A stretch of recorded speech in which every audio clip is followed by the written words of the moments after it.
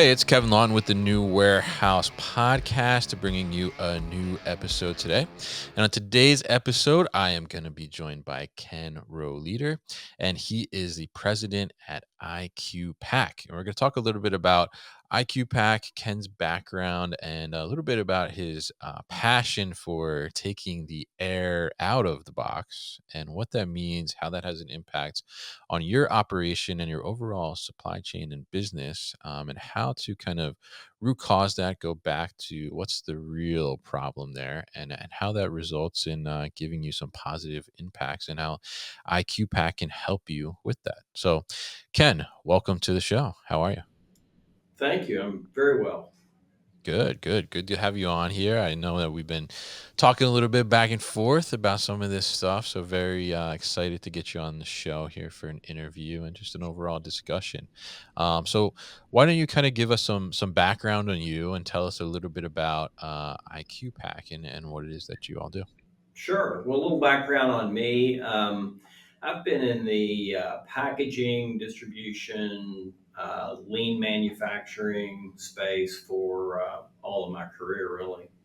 And Mm, I've known my business partner, John Moore, for 25 years. And we started a discussion many years ago, the beginning of this century, about we sell all this packaging, or there's so much packaging sold into this industry. And with e-commerce, the amount of waste is really appalling. And we mhm, decided that the last thing we do in our career, we want to try to fix that.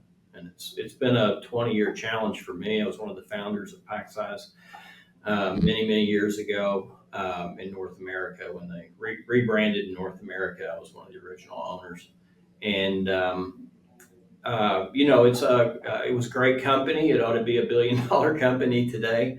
It's not their fault. This has been a very difficult industry to move the needle in manufacturing. It's a more mature industry, so been mhm, manufacturing a lot longer than we've been distributing for e-commerce. So there is a core capability around dimensioning that just doesn't exist in the industry. We're trying to build it.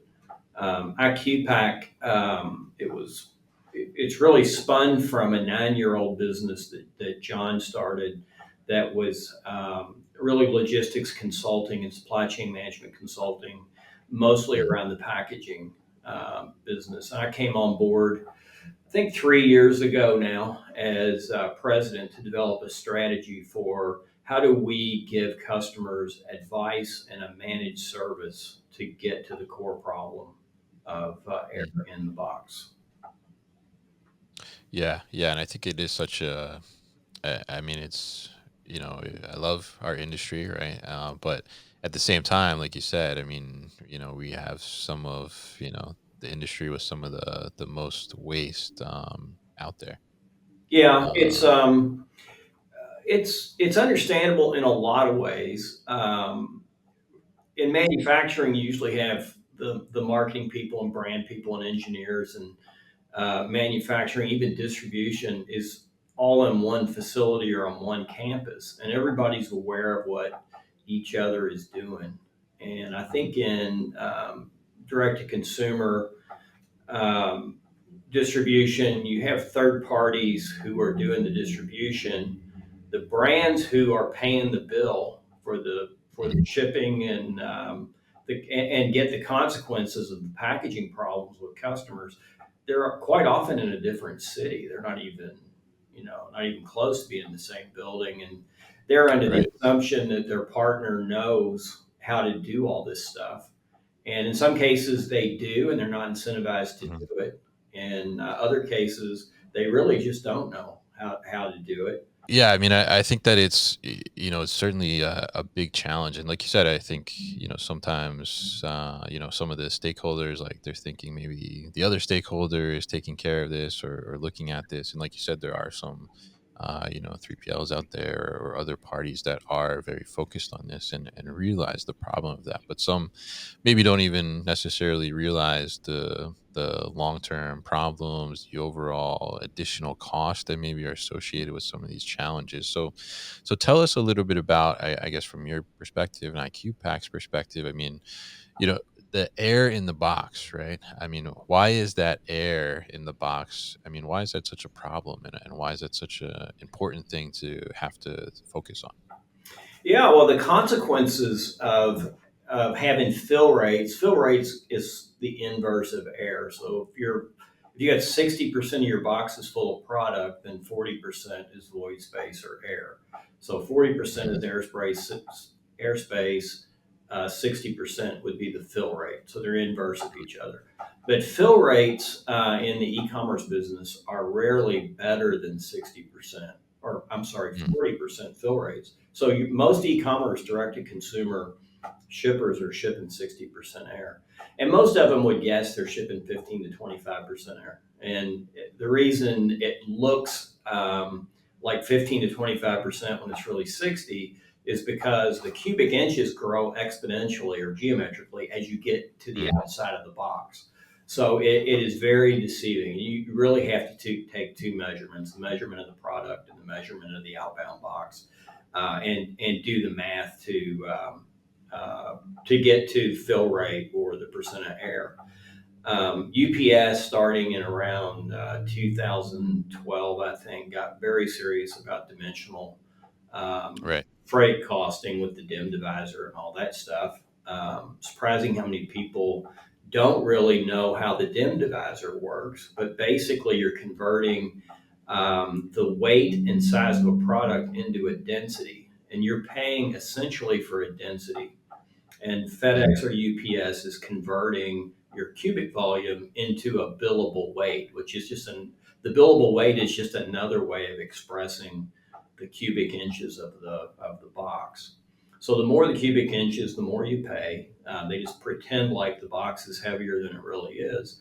And mm, a lot of customers, if you're at 40% fill rate, 60% air, you're paying 20 to 25% more for UPS than you need to on average. And it can be a lot worse if that is sending you into, if that extra air in the box is sending you into like the oversized section of a sort at UPS mm, or FedEx. Then there's penalties that are on top of that. There's penalties for manifesting incorrectly that are not necessarily seen on the invoice directly. You have to have the raw invoice in a database to upload that because the mm, raw file is too big for Excel. So a lot of our clients didn't think they were paying a lot of things that at the end of the day they really were, and it's because they can't see it on the invoice, and that's probably by design by UPS mm, or FedEx. So the consequences from a cost standpoint are profound. It can be the savings from getting the box right can be as much as the total cost of operations. So if you save 25% on UPS, and your freight cost is four times operations, which is typical, then you get the 25% out of the UPS bill. Operations are free. So mm. companies are worried about the price of tape and the price of boxes, and they're Yeah. pushing stuff out for bid and all that. And none of that stuff is going to even begin to move the needle on the basis of cost for your distribution system. Getting air out of the Mm, box will absolutely move the needle. So, yeah. so that's the consequences environmentally. If UPS and FedEx are shipping more air than product, in other words, it's more than 50% air, which I believe it is.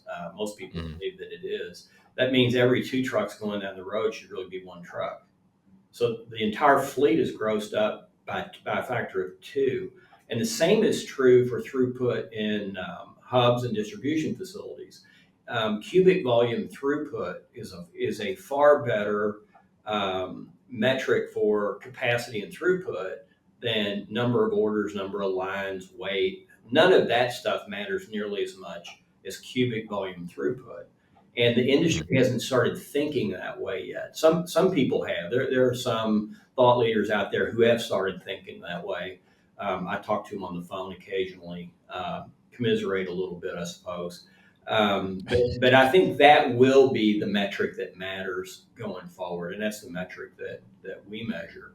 Now, most companies don't have master data on dimensions for their product that is particularly accurate.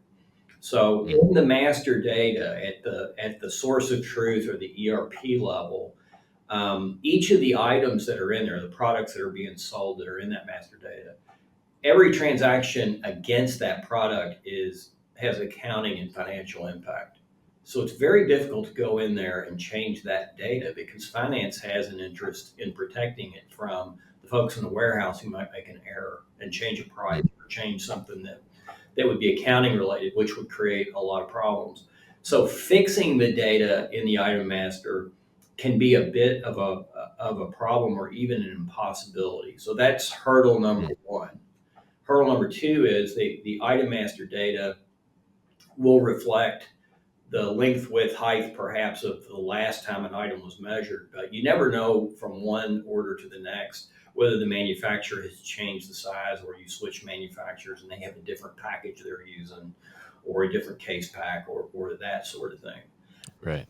That is at the core of it the problem. Things are either profiled incorrectly to begin with, or the profile changes and it can't be edited in the master data. Mm. So that's the problem that we're trying to solve.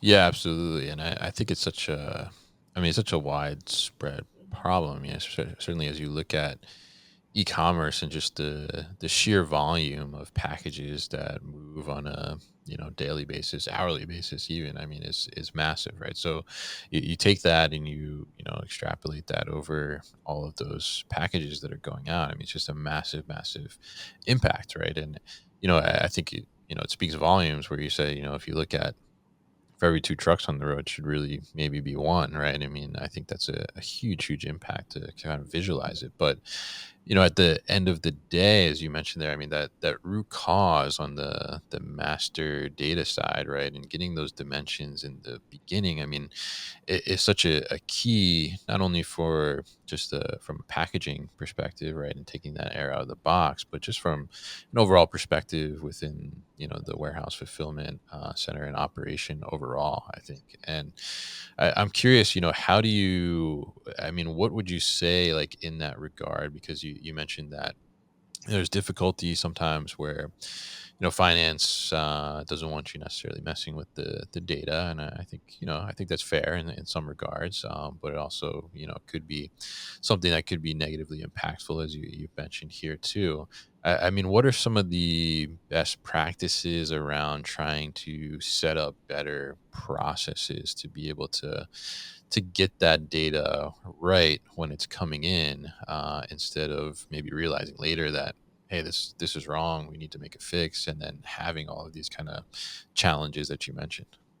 Yeah, so I spent many years implementing ERP systems, so I have Mhm. kind of a baseline understanding of how ERP systems work in accounting and finance. And we knew pretty early on that that was going to be a problem that had to be overcome. And there is a process for changing master data Mhm. within an ERP environment, and it just requires a couple of checks and a firewall to be sure that we're not corrupting data in that system. So, Mhm. in terms of best practice, I'll say what we do. I think what we do is best practice is we use a sandbox database. So it's a sandbox that's not connected to any other system, and we're going to Okay. use that database to collect dimensional data. So when we collect dimensional data and drop it into our system, there's two huge advantages. Number one, we can use a little routine, a digital routine, so that it's scan and go, scan and go, scan and go, scan and go. You're not pulling an item up in an ERP or a WMS session and keystroking things. You're scanning a barcode, and the scanner does the rest of it. Drop the next item on there. So getting the data into the database is fast and simple, and it allows you to scan an entire warehouse at lightning speed. What's usually a 6 months to a year project if you've got 10,000 items, Yeah. we can finish in 30 days and show you how to do it. Ongoing. So that's the first thing. Then in getting that data into some useful form to where you can improve your operation. Um, what we do is download the current item master. So we'll Mm. have it separate from the ERP, but a clone of it in our sandbox. And then the algorithm will match our scan to the data that's in the upper level item master. Every time there's a delta that's outside the guardrails that we can set any tolerance for accuracy we want. But anytime Mhm. there's an item that's outside of that envelope, that item will drop into a report. And so you'll have a report that has every item that is out of spec in the upper level item master. And then when that report is transmitted to the ERP team, to the IT people, finance people, what have you, we've scrubbed out any data in there that might be sensitive to them. So there will be no pricing data that's carried back over, no, not even descriptions. All we care about is UPC code number, length, width, height, weight. That's all we care about. So they're going to get a file, a report that's mapped to the ERP system. So our headers match their headers. They can open that up as a CSV file and look at it and say, yes, I know for sure I can upload this without affecting any financial data. And then when everybody agrees that, yes, this change is okay, you can hit the go button in 3 to 5 seconds. You've updated 20,000 items in an item master. It's very simple to do. And the same thing occurs with WMS. But you need that little sandbox piece in the middle that can do all the mapping and run the algorithms and find the problems that otherwise would be an analyst with a spreadsheet, and it just becomes absolutely overwhelming. So Yeah. we can understand why companies haven't been able to do it in the past, because there's not been a way practically to do it. We can understand why the finance would have problems with it. We can understand why a third party logistics provider might say, "Hey guys, contract is signed. Can't wait to open the new facility. Mhm. Need your item master." So that they're getting all this cesspool of data from their customer who would Mhm. prefer not to send bad data. But what are they going to do? What are they going to do about it? They're in a city where the products don't even exist. So the Yeah. 3PL they just take on the problem from the customer.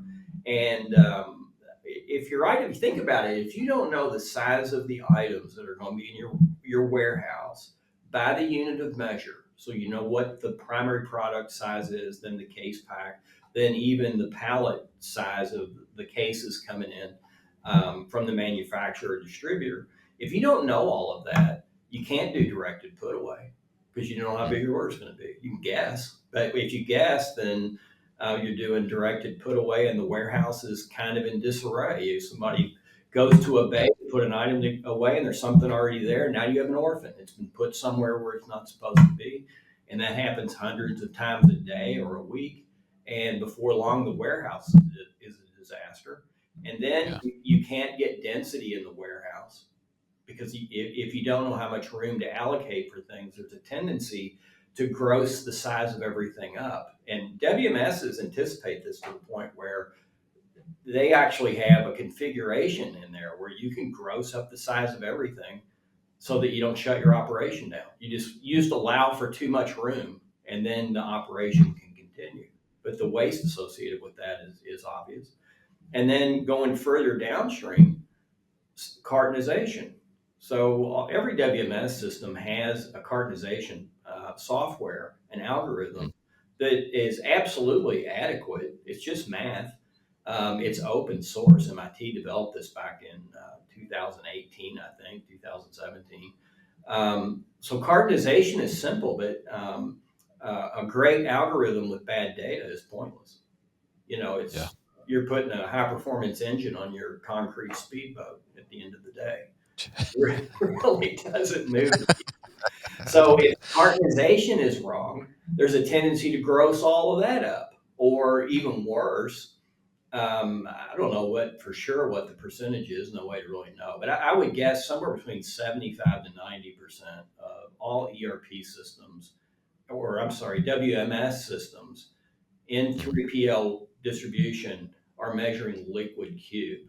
They're not even geometrically trying to cartonize. Consequently, you're sending a carton data down to the packer that's incorrect, and most of the time it's incorrect to the large size because everything's been grossed up. And the more Yeah. items you put in a box, the more that error compounds. So it's growing geometrically and exponentially at the same time. And that's why Okay. you get a lot of orders that are 90% error. You get three small items in a box, and it's the coffee cup in a refrigerator box thing, and that's because the error in the item master system has compounded. And Packers don't really have the latitude to say, I disagree with the system, I'm going to use a different box, because they visually can't imagine when they open that box up whether it's going to fit or not. People can't memorize, the spatial characteristics of a three-dimensional box. You just, people can't do that on their own. And then the state of the art, so to speak, for the pick engine is to pick the box now. And people don't want to handle items twice. So pick to Yeah. tote is out of favor and pick to box is in favor. And you're picking to the wrong box. And the goal is to not handle things twice. Well, you end up handling things more than twice, two, three, four times. If you're picking to a box and it doesn't fit, or you pick to a box that's grossly oversized, flaps are in the way. There's just all kinds of Yeah. things associated with pick to box that weren't really they weren't really considered. They were just unintended negative consequences when a lot of these systems Right. were built. But if you get the item master data correct and reconfigure the cartonization software for geometric cartonization, your pick to box will perform the way it was designed to. Your directed put away will perform the way it was designed to. Cartonization will work the way it was supposed to, and you'll reduce the amount of error. And short of an on-demand system that is configured correctly, that's the best thing you can do, and you will save mountains of money if you just do that. There's so many aspects of an operation that require you to know how big the stuff is in the warehouse, that the entire system just suddenly starts to work the way it was designed. Yeah. So there's just, aside from the freight savings, it's just really a component of operational excellence. It would be like a manufacturing company not having control over the drawings for machining parts and for assembling parts. The dimensions on those obviously have to be absolutely accurate, and you can have the same accuracy in your warehouse. So we fix it once, and we get a baseline where the data is correct. But then, as I said earlier, things change constantly. So you have to audit, and you have to be able to do an audit and check things to make sure that the items that matter are accurate. So what do I mean by items that matter? You're looking for this Pareto. So you can't profile 20,000 items every month to be sure everything is correct. But Right. once you have it correct one time, then you can take your sales order history for the month. You take the quantity sold times the cubic volume of one of those items, and those two items numbers multiplied together will give you the cubic volume throughput for that item. How many cubic foot of that item flowed through my facility?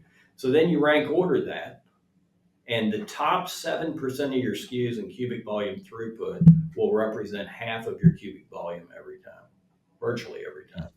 So we give the software will give a report once a month to operations and say, here are the items that you need to check. So the first time you're checking the top 7%, then the Mhm. next month it's dropping off everything that's already been checked, and it's getting the next 7%. So in the course of about a business Got it. quarter, you've covered 80 or 90% of the items Yeah. in the warehouse that matter.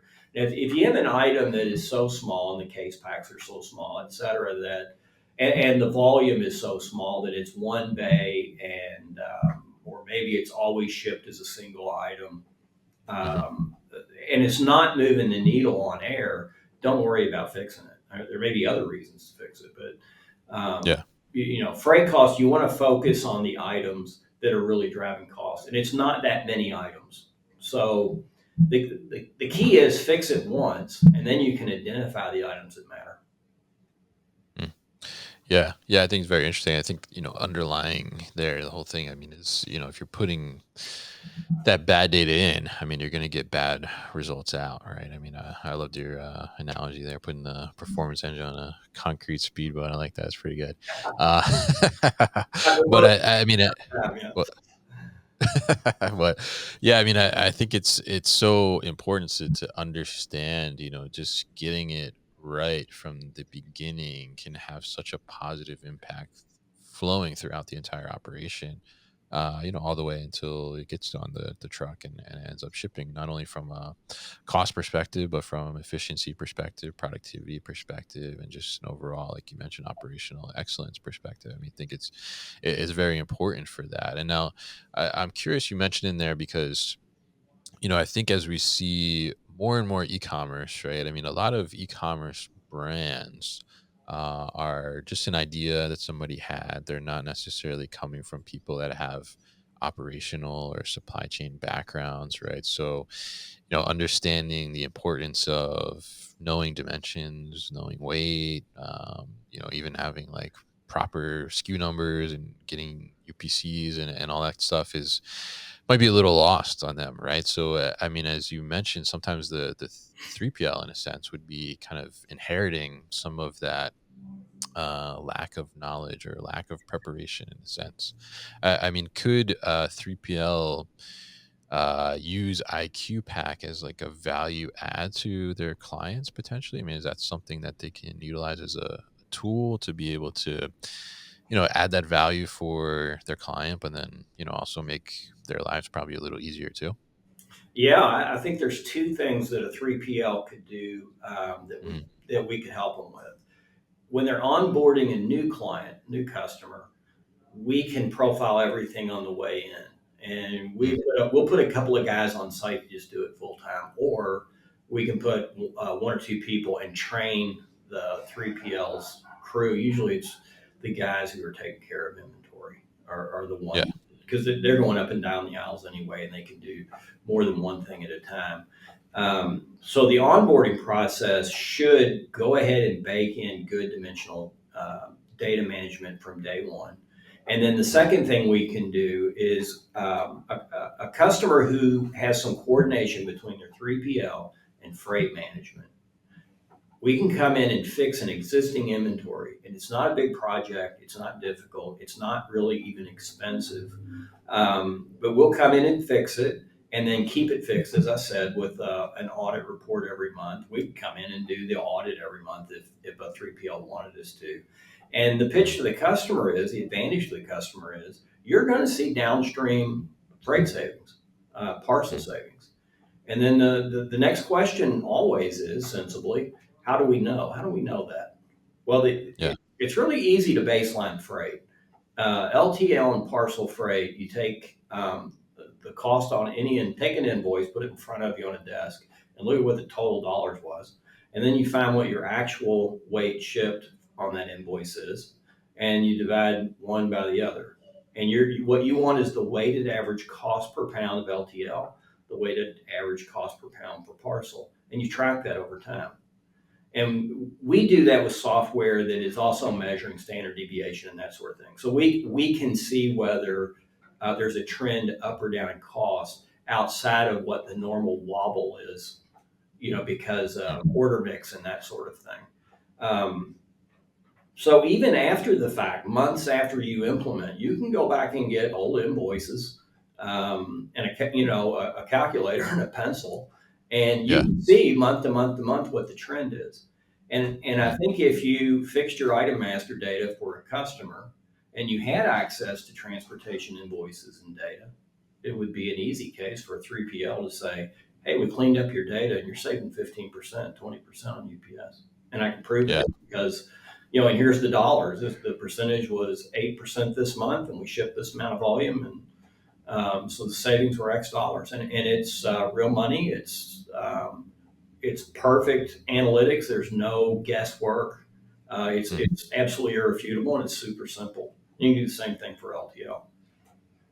Yeah. Yeah. I think that's fantastic. I mean, it's such a kind of a I would say necessarily easy, but I mean, it's a fairly easy win to do something where you're going to have a positive impact on, not just the freight like we talked about in the beginning, but the multiple different aspects of the operation overall, and be able to drive that value, right? Which I think is just a big, big win overall. So I mean, I think it's really, really interesting what you guys are doing with IQpack and the way you're looking at the problem, and I will say like the fact that you're able to do those audits and get that data corrected in a very fast way is certainly super appealing. I mean, I've been a part of projects where we had 30,000 some SKUs, and I will say like this too for people that are listening. I mean, if you're looking to bring in any type of newer technology, automation, robotics, and stuff like that, I mean that data has to be right. I mean, I know we brought in a shuttle system.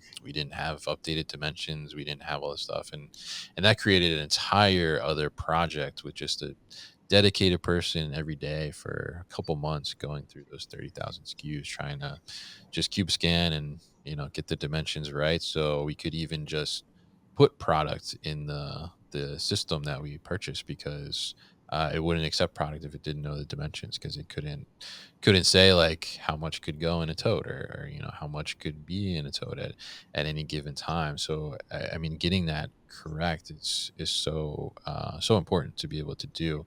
If you're going to have any type of evolution or scaling within your business, I think it just makes total sense. So very, very interesting stuff with you here, Ken. And I really appreciate you coming on and giving us all these great insights around packaging, and taking the air out of our boxes, right? We'll say, usually say take the air out of our sails, but in this case, it's a positive, right? We're taking the air out of our boxes, which is a great thing. So if people are interested in learning more about IQpack and investigating what you guys do a little further, what's the best way to do that? Well, I'm on LinkedIn. You can always message me on LinkedIn just by my name. I think our website is iqpackglobal.com. Actually, I'm sure it is. iqpackglobal.com is our website. There's a contact page there. But if you just ping me on LinkedIn, I'll get right back to you. I'm on there generally every day. All right, great. And we'll definitely put all those links so people can easily find them at thenewwarehouse.com as well. So, Ken, I want to thank you once again for joining me on the show today. Kevin, thank you for having me. Much appreciated.